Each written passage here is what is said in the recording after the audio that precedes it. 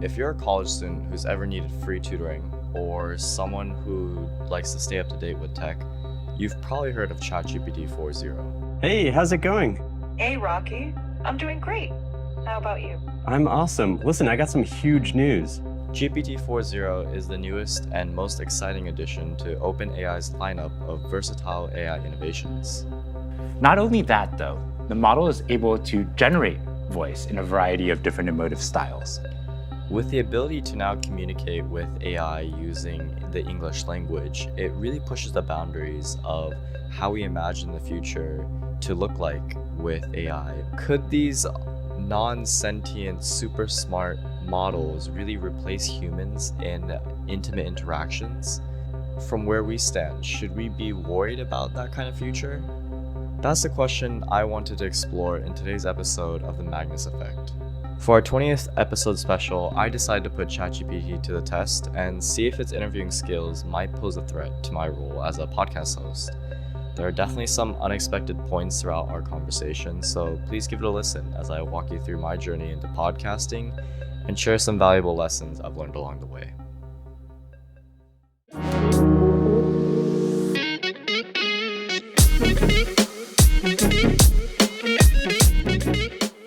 Hey ChatGPT, my name's Magnus. You're currently on The Magnus Effect, a podcast that talks to ambitious college students and understands how they balance their ambitions with the day-to-day college life.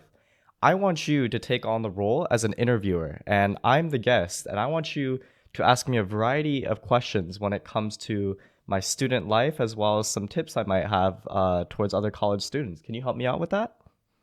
Absolutely, Magnus. Let's get started. Hi, Magnus. Welcome to the Magnus Spec. To kick things off, can you tell us a bit about what you're studying and what your main ambitions are during your college life? Yeah, so my name's Magnus. I'm currently a sophomore here at UC Berkeley studying business administration. And my main passion when it comes to the things I like to do outside my academics is actually podcasting. I love talking to college students and learning about how they're balancing all the variety of their projects, as well as how they're balancing their hobbies with all this school work that they have to work with, especially at a school like Berkeley, where the academics are extremely demanding and the homework can take up so much of your time. It was kind of a way for me to learn how effective strategies for me to kind of learn how to study, but also a way to kind of spread that knowledge to other people. And with so many people that are trying to with so many people that I know are probably going through the same issue, I just kind of want to show that, people from a variety of backgrounds can reach these amazing feats of accomplishment regardless of their circumstances. And I just kind of want to show how they got to that point. So that's kind of what I enjoy doing. Outside of that, I have a variety of other hobbies, including guitar, chess, photography, video editing, just to name a few. But as far as hobbies go, I think that's pretty much how I would answer that question. That's great to hear, Magnus. It sounds like you have a lot on your plate.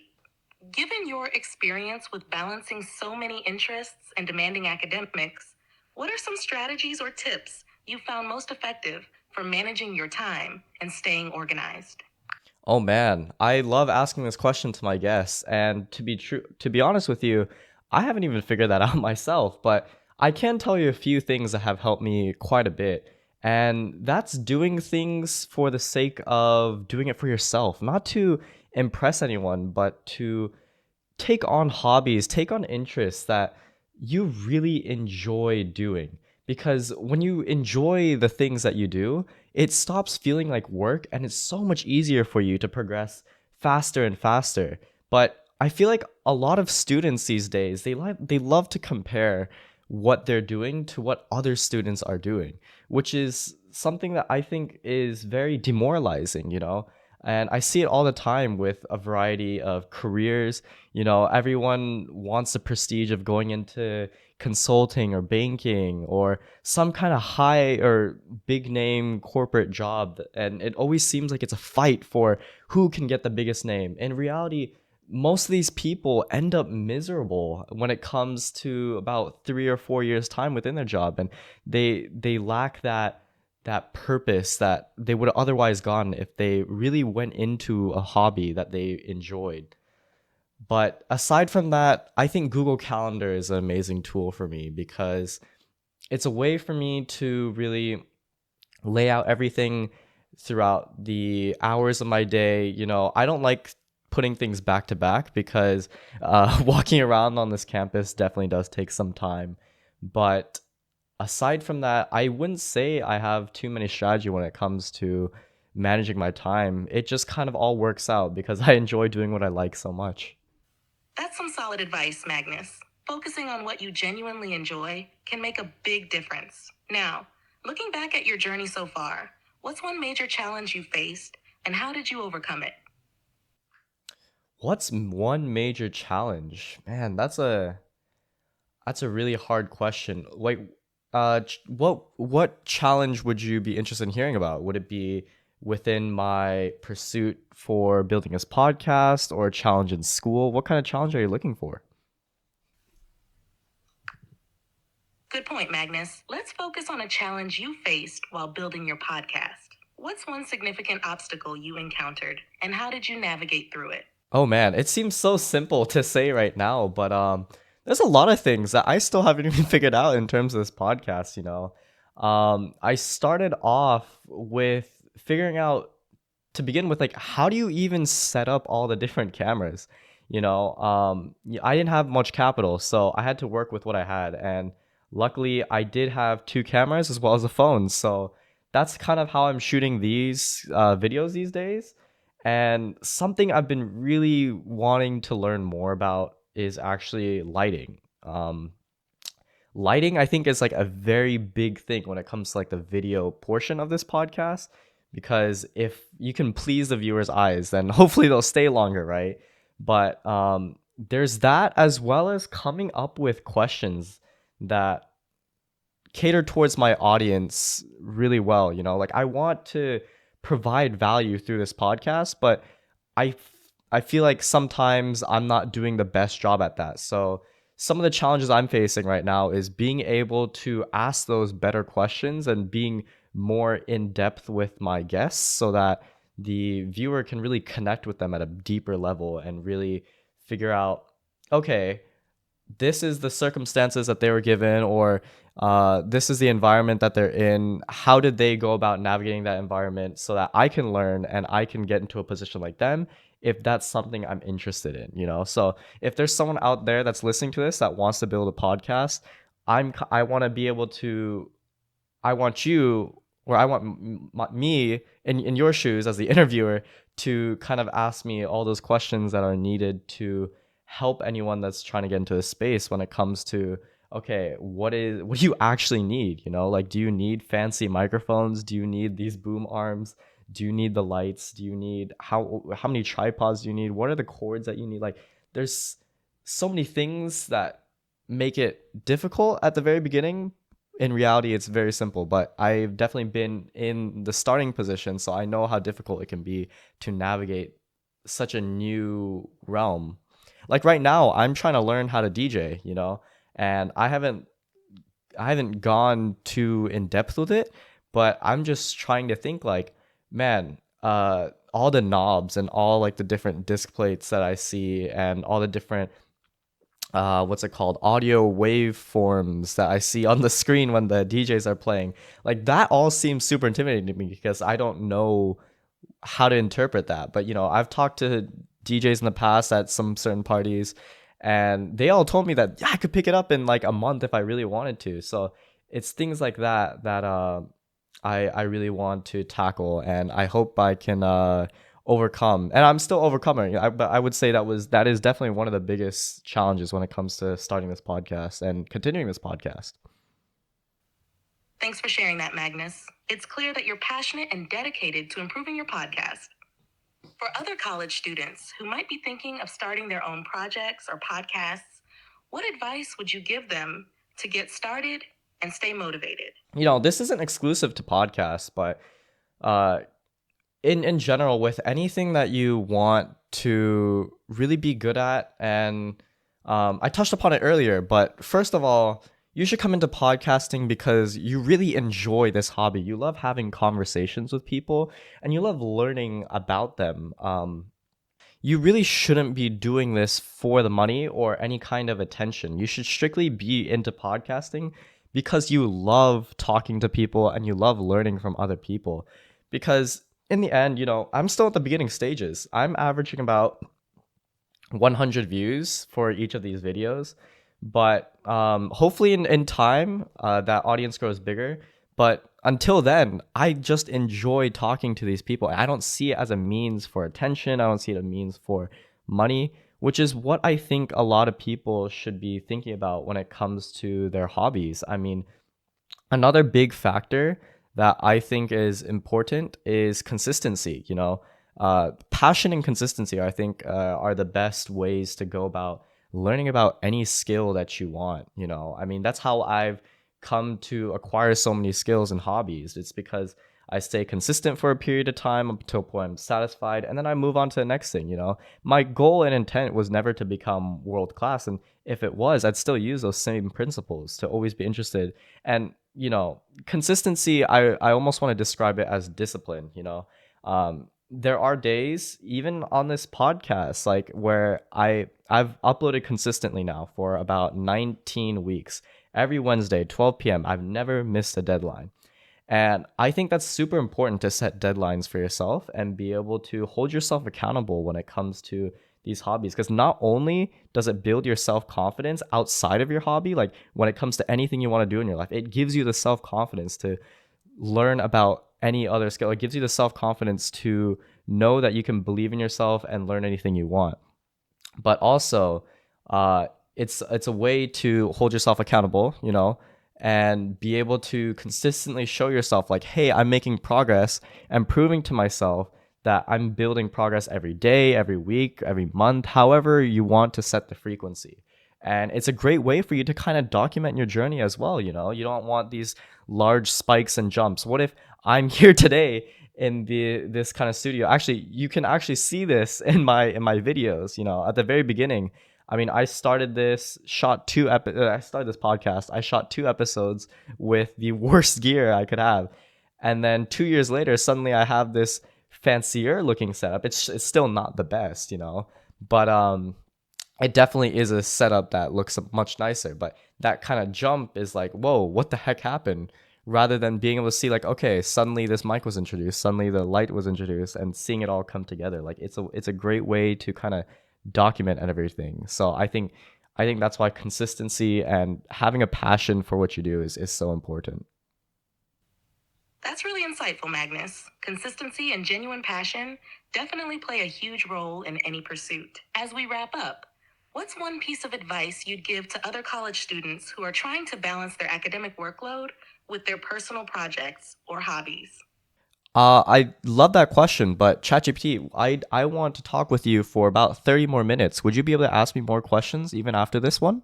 Absolutely, Magnus. We can definitely keep the conversation going. So, to start, what has been the most rewarding experience you've had since starting your podcast? The most rewarding would definitely be the times when friends and peers of friends would come up to me and be like, "Oh my gosh, you're Magnus from the Magnus Effect."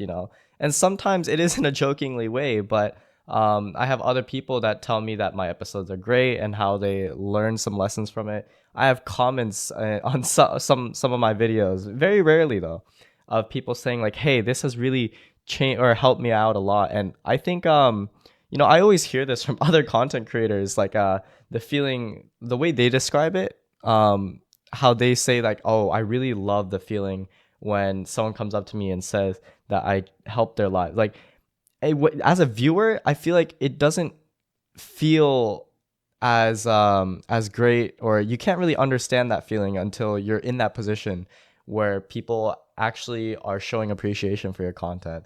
And things like that are something that's really rewarding to me. That, as well as the connections I've made through this podcast, like some of these people I haven't talked to in so long, and I would otherwise not have much of a great excuse to talk to outside of having them on this podcast. So it's a way for me to be able to connect with some of the people that I might have not seen in a while, and it's a great way for me to be able to provide value to other people. So it's a win-win situation for both me and my audience, and I think that's what's that has been the most beneficial, or my favorite, the most rewarding part of this journey for sure. That sounds truly fulfilling, Magnus. Connecting with people and having a positive impact must be incredibly gratifying. On the flip side, what's one thing you wish you had known before starting your podcast?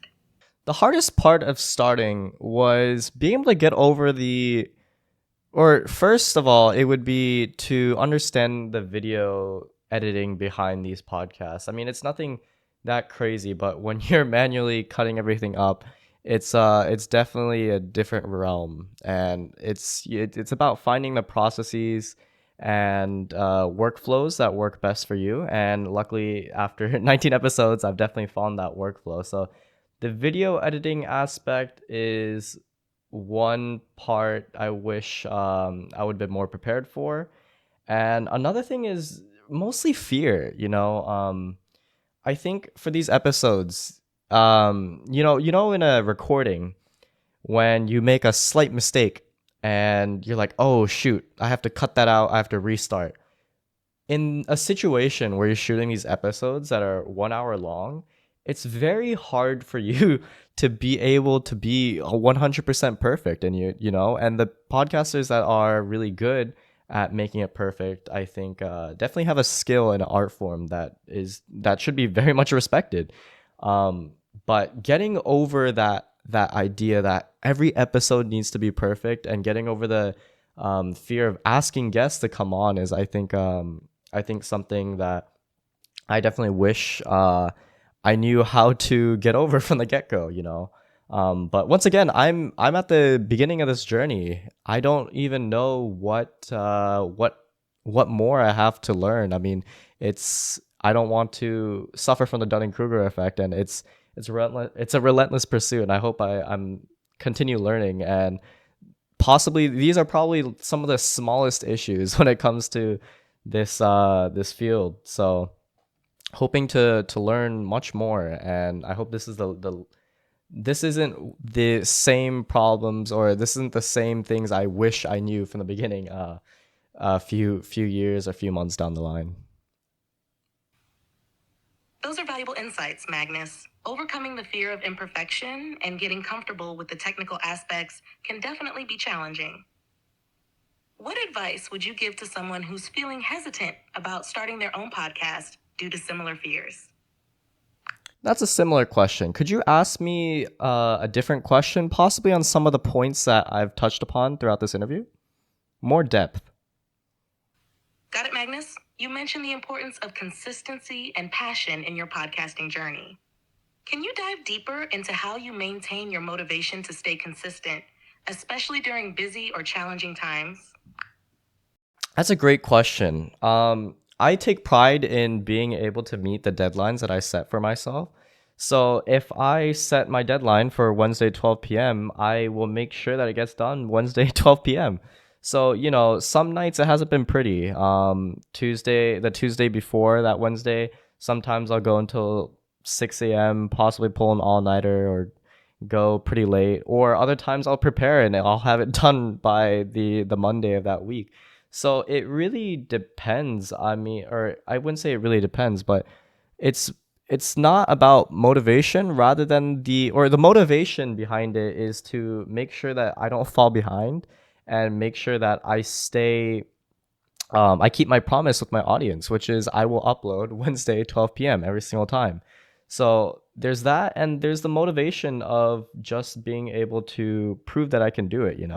And working out is something I also enjoy doing. But in fitness, you'll hear all the time that people are glad that they went 5 days a week, or they're able to go 3 days a week. So it's that similar feeling where I'm happy, I'm proud to be able to show up for something every week and be able to deliver on it. So the motivation is the self-improvement that I also get, as I mentioned earlier, about like what how I benefit from this podcast. I get to satisfy that itch every week, if for a lack of better phrase. Can you tell us about a particularly memorable guest you've had on your podcast and what made that episode stand out for you? I don't think I can pick just one episode. I have a lot of episodes that I love. But I think a particular few that stand out definitely are the engineers, the visionaries that I've had on this podcast. Alan Zhang was one of the very first that I really enjoyed because of his passion to build flying cars. And he documents his journey on YouTube. And I think it's really interesting to just hear about, this is such a big project. How do you break it down? Or how is he navigating building this amazing big thing that, even as a undergrad college student right now, that you can barely imagine being able to do. So there's that, as well as That sounds fascinating. Alan Zhang's ambition and project must have been really inspiring to discuss. Can you share a bit more about how he approached such a massive undertaking and what key insights or advice he offered during your conversation? well, if you want to learn about that, just go listen to the episode. It shouldn't come from me. I mean, it'll come straight from the guest himself. But I can definitely assure you that it's an amazing episode. And I love talking about what he enjoys doing this pastime, as well as how he is building this massive project. And if you're able to, I'd highly encourage you go to his YouTube channel and watch his journey. Absolutely, that makes sense. Shifting back to your experiences, have there been any unexpected challenges or surprises while recording episodes that have taught you valuable lessons? There's so many. You know, sometimes everything in terms of recording is hooked up to OBS. So that means plugging the cameras in to the computer and making sure that everything has power. So sometimes I would forget to make sure that I put the dummy battery into the cameras. Sometimes I would forget to plug in the laptop. So midway through the interview, you'll just see a black screen and it would stop recording essentially. And I've had the same thing happen with my phone where the connection with the charging cable was loose, so the phone would die and I would just lose footage. And it would always make me feel so sad because, the guest might have been talking or been in a really passionate moment and it would just be interrupted by that disconnect because I forgot to plug in that laptop. So that was something that was unexpected that I had to learn. Another thing I had to learn was just to give myself a buffer. Conversing with people. I love doing it, but it's pretty difficult if I haven't talked to someone or if the podcast guest is the first person I talk to in the day. That is difficult sometimes to because I need to warm up my gears. But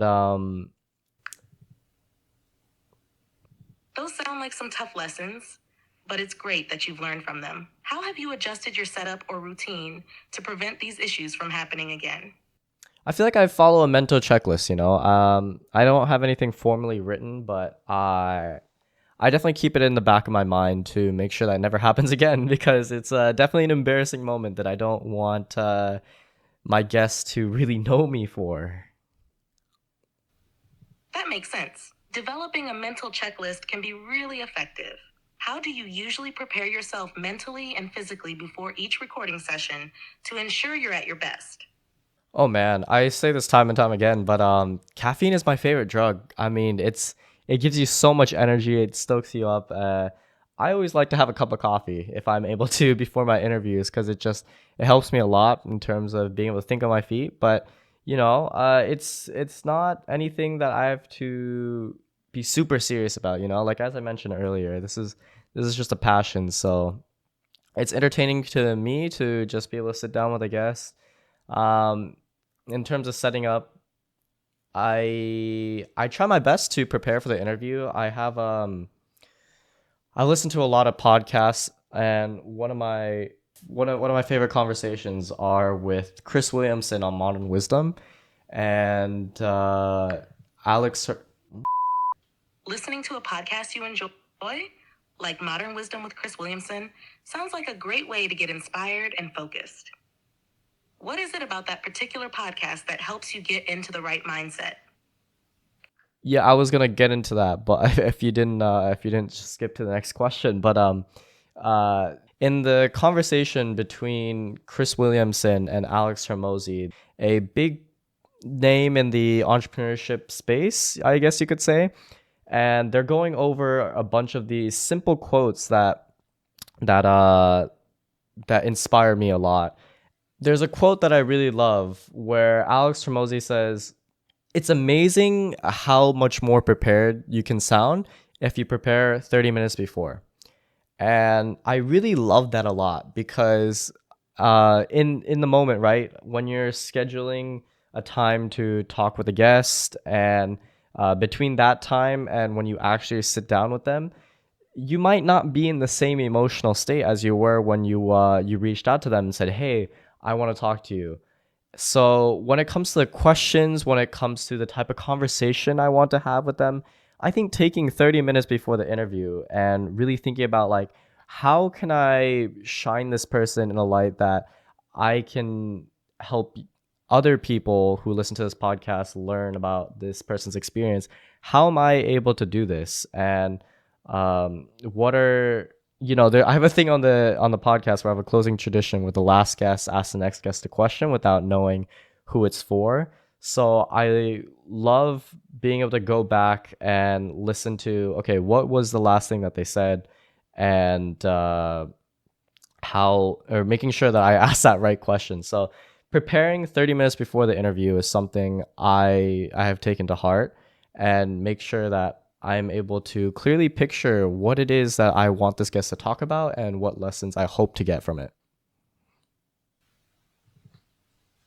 That's a fantastic approach, Magnus. Taking that extra time to prepare and really focus on how to highlight your guests' experiences can make a huge difference. It's clear that you put a lot of thought into making your interviews valuable for your listeners. What's one question you found particularly powerful or effective in getting guests to open up and share meaningful insights?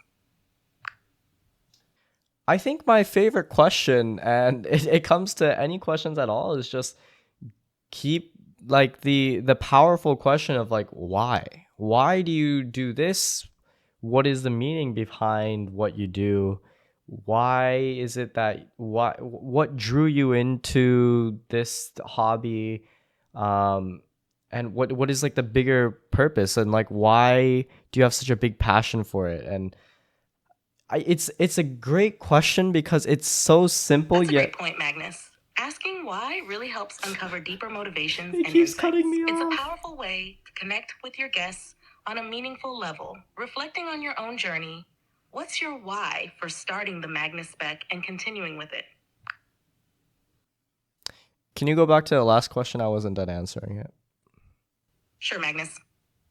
Please continue sharing why you think the question why is particularly powerful in getting guests to open up and share meaningful insights. Yeah, so it's like a surprisingly easy and simple question to ask, and yet there's so many different great examples that I've heard from a variety of guests, for the purpose of what they do. It's a way to show that like it's not that complicated. I want to be able to show that, I feel like so many people in today's world, especially young people, we have a hard time finding a passion. We put so much pressure on ourselves. It's like, I don't know what to do. There's nothing I particularly feel strong about. But through this podcast, I kind of want to show that like it's not that difficult, and it's not that complicated. It's just something that you enjoy doing. What is it, the one thing that you can do tirelessly and not even think about sleep? What's that one thing that you can do where you lose track of sleep? And that's something that you should really lean on most of the time. And the argument is, oh, not everything is as valuable. If I just play video games all day, it's not that great. But I think I don't think people should be as worried about that as as bad as it sounds. I mean, artists get a bad rep, esports gamers get a bad rep, but in reality, when you're at the top and you actually are able to become world class at a skill and be able to be recognized for being very talented in that specific discipline, I think it's hard to not respect you. So I think in that regard, like I love asking why, to show that everyone has a different reason for why they started this thing, and you might have a similar experience, so why not try this field of study, see if it's something that you're willing to lose sleep over, see if it's something that you can just lose time in, and really show that. Yeah, break it down. I think that's the main thing. I want to break down someone's character and show that they're extremely simple so that anyone can find what it is that they enjoy doing the most. That's a beautiful and insightful perspective, Magnus. It's true that uncovering the why can help demystify passions and show that finding something you love doesn't have to be complicated. As you continue to explore and share these stories, what are some future goals or aspirations you have for the Magnus Spec? I don't know. I think I for now I'll stick to staying consistent with all these episodes, but I also want to be able to build my own business, and document that possibly through this podcast. I still have some time in undergrad, so if I'm able to share my journey in a way that is beneficial to others, I think that's something I really look forward to doing. Whether it's on this podcast, or whether it's my own brand as a person, I think that would be. Oh my! It keeps That cutting. sounds like an exciting plan, Magnus. Documenting your journey as you build your business could provide a lot of value to your listeners. Considering all the conversations you've had so far, what's one piece of advice or wisdom from a guest that has stuck with you and influenced your own approach to life or work? I think the really simple phrases I hear are definitely some of the things that I really enjoy in the podcast. I mean, some people tell me about ways that they approach new people, how to talk to them for uh to be able to get. Those simple yet impactful pieces of advice can make a big difference. Can you share one specific phrase or approach a guest mentioned that you found particularly useful in your own life? Yeah, my podcast guests have a lot of great insights when it comes to lessons that I've learned and applied. I think the really simple phrases are something that I really enjoy the most, though, because, we like to overcomplicate it with like, oh, I have social anxiety. Oh, I can't do this because of this, or I'm too lazy, or I'm not passionate about this. It's there's a variety of things that I put on the thumbnails, like be shameless, or just do the thing, or you know uh being outgoing, like these simple phrases that really push you in a state of like, just do the thing. It's not that complicated.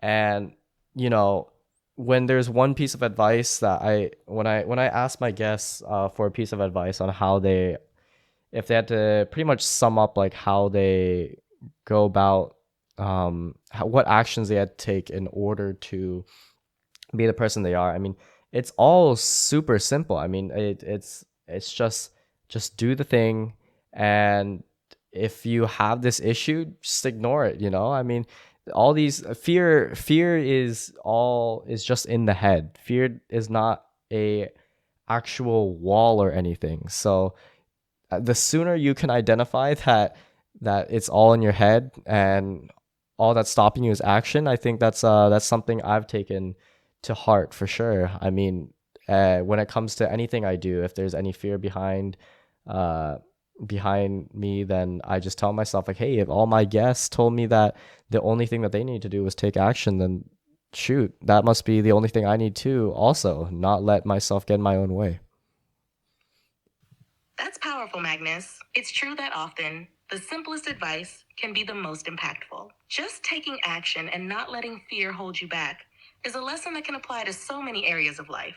As we wrap up, what's one message you'd like to leave with your listeners about pursuing their passions and balancing their ambitions with everyday life?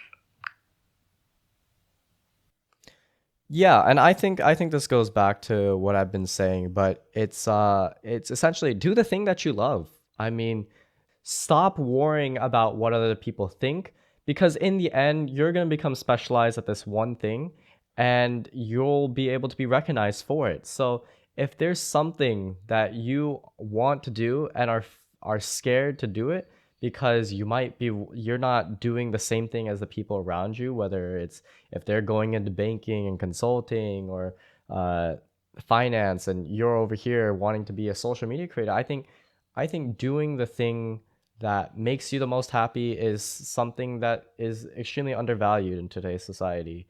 And we live in an age where you can pretty much monetize any kind of any kind of brand, or you can monetize any part of your specialty. So if it means becoming specialized in this one thing and also be able to make content out of it, I think that's something that's extremely important, and it can be extremely beneficial for each individual. So do the thing that you love, pursue it relentlessly, and be.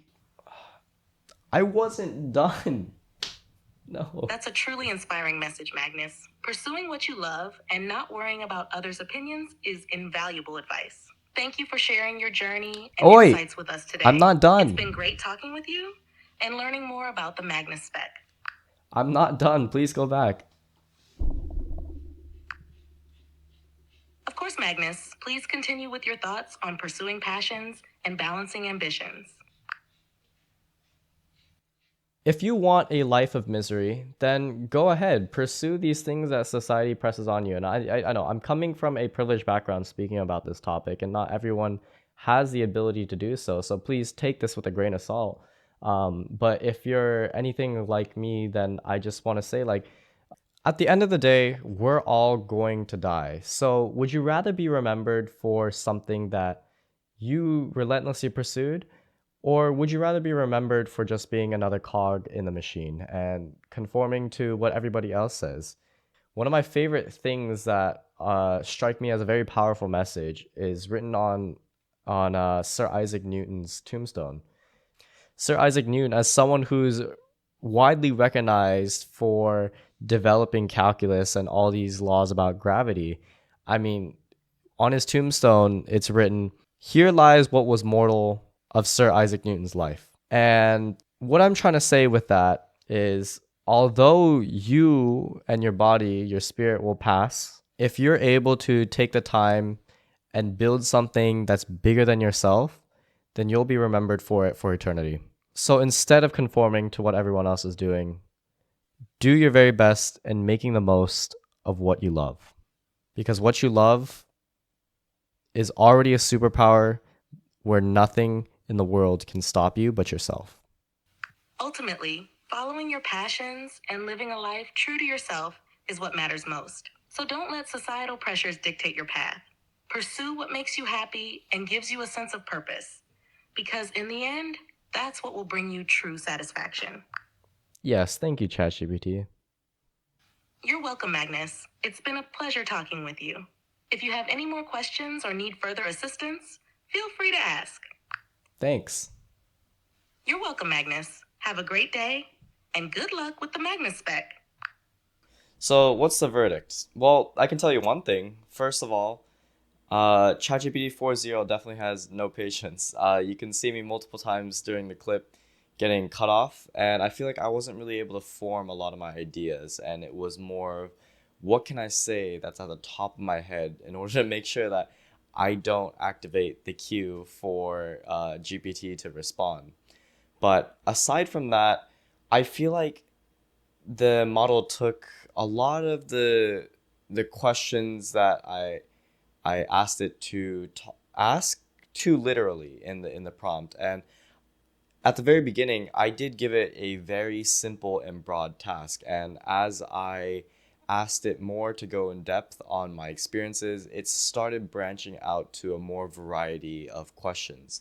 So, is it a good interviewer? I think just like anything you do with AI, it's all about the prompt that you give it.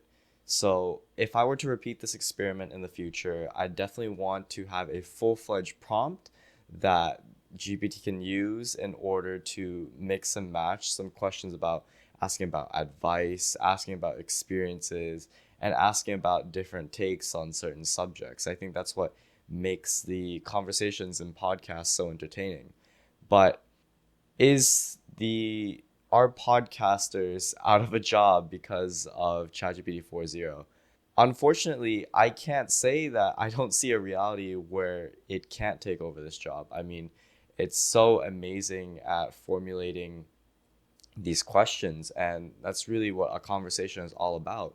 So if this model is able to interpret and understand exactly what it is that a podcast host wants, I don't see a reason why it can't generate all the questions in of it itself. If I'm a podcast host and I'm not really that creative and I want to be able to find a way to talk to people, I could always just have like an earpiece in connected to ChatGPT 4.0 and listen to the response as the host is talking. Of course, there's buffer time right now, and for the sake of this podcast, I didn't include the time it took for the GPT to respond, but it was relatively fast, about 5-6 seconds. So not much complaints there. But I was I was most definitely impressed by this model, and it really makes me excited to see where technology is going to take us in the future. I mean, if we're already this far, what more can we do with these hyper intelligent models?